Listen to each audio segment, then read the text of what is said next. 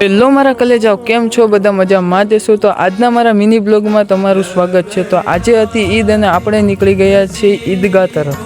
પછી તો આપણે જવા લાગ્યા છે જુલુસની સાથે આપણે ઈદગાહ તરફ. પછી તો આપણે જુલુસની સાથે ઈદગાહે આપણે પહોંચી ગયા હતા.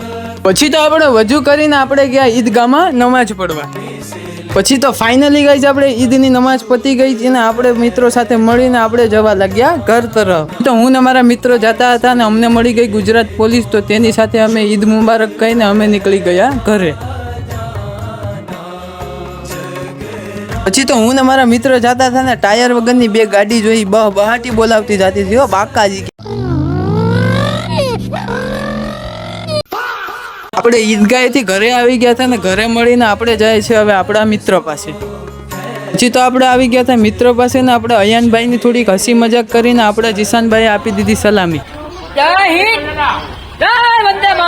જીશાનભાઈએ સલામી આપ્યા બાદ આપણે આવી ગયા છે ઘરે ને આ બ્લોગ કેવો લાગ્યો કોમેન્ટમાંથી જરૂરથી જણાવજો. લાઇક, શેર અને કોમેન્ટ કરતા જાજો.